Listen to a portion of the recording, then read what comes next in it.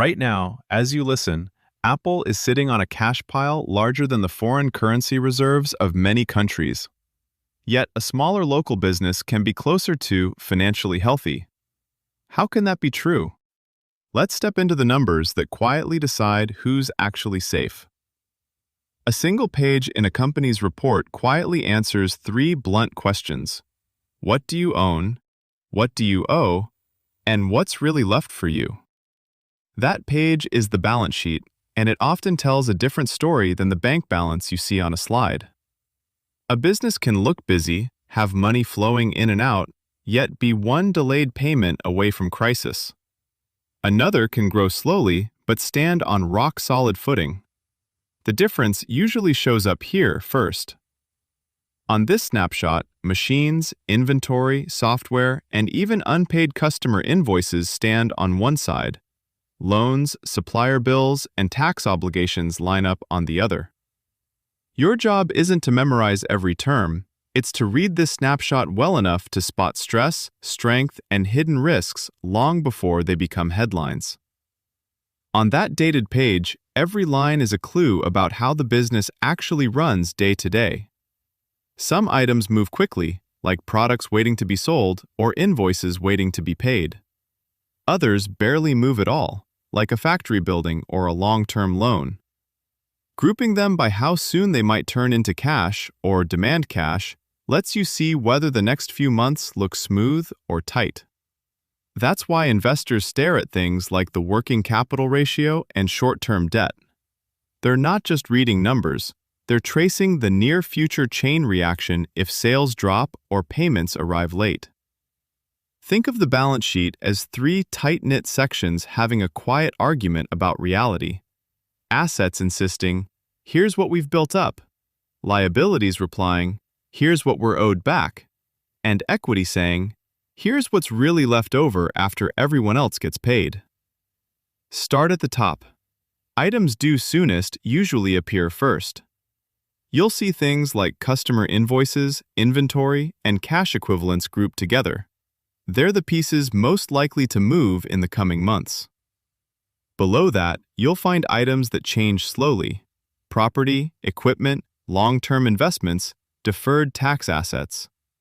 These rarely swing overnight, which is exactly why sudden changes here, like a big impairment or write-down, deserve extra attention. They often mean past optimism met present reality. On the other side, obligations stack up in a similar order. Supplier bills, tax payables, and the next 12 months of loan payments sit near the top. Farther down, you'll see bonds, bank loans, leases, and other long-dated commitments. Together, they quietly encode the business model. Is this company mostly funded by customers paying up front, by banks, by bond markets, or by shareholders? Equity at the bottom isn't just founder ownership. It's a running scoreboard of accumulated profits and losses, capital raised, buybacks, and payouts. A company that has earned billions over time but returned most of it as dividends can show modest equity, even if it's thriving. Meanwhile, a company that constantly raises new capital can show large equity with very little proven earning power. Real-world examples show how extreme this can get. Apple's enormous cash and marketable securities line reflects years of profits exceeding what it spends and returns. Lehman Brothers, before failing, showed a huge asset base funded mostly by borrowed money. The thin sliver of equity meant small hits to asset values erased the cushion. One helpful lens: ask which lines are judgment-heavy. Valuing complex securities, estimating bad debts from customers, or pricing slow-moving stock all involve assumptions. When those assumptions shift, equity absorbs the shock. Your challenge this week: take one company you know, maybe your employer, a supplier, or a public firm you follow, and pull up its latest balance sheet. Don't try to analyze it in full. Instead, do a focused three-part experiment. 1. Circle the three largest lines on the asset side. Ask, how quickly could each realistically turn into cash in a tough quarter? 2. Circle the 3 largest obligations. Ask, could they still be met if sales fell 30% for 6 months? 3. Look at total equity. Ask, if key assets were marked down by 10%, would equity still be positive? Write down your gut answers, not polished ones. The goal isn't to be precisely right. It's to train your eyes to move past the headline numbers and notice where pressure would actually show up first. Look at 2 very different businesses.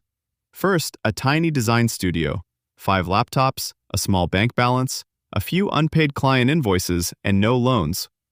Its numbers might look boring, but most items can be turned into cash quickly, and almost no one is waiting to be repaid. Now compare that with a fast-growing online retailer. It shows impressive revenue, but its shelves are packed with unsold products bought on credit, and it owes huge amounts to suppliers in 30 days. One slow season, and that timing gap suddenly matters more than its sales story. Here's where the dated nature of that page becomes crucial. Last quarter's calm setup can turn into this quarter's squeeze if inventories pile up or customers pay late. A single new loan or big equipment purchase quietly reshapes the picture too. Over time, you can watch patterns. Does the company steadily build a cushion, or does it repeatedly stretch what it owes against what it owns, betting the next period will go perfectly? The answer often shows up there long before any crisis hits the headlines. Over the next decade, who wins in many industries may be decided less by flashy products and more by who quietly tends their balance sheet. As rates fluctuate and credit tightens, firms with modest leverage can move like hikers carrying light backpacks, able to climb, pivot, or retreat when the weather turns.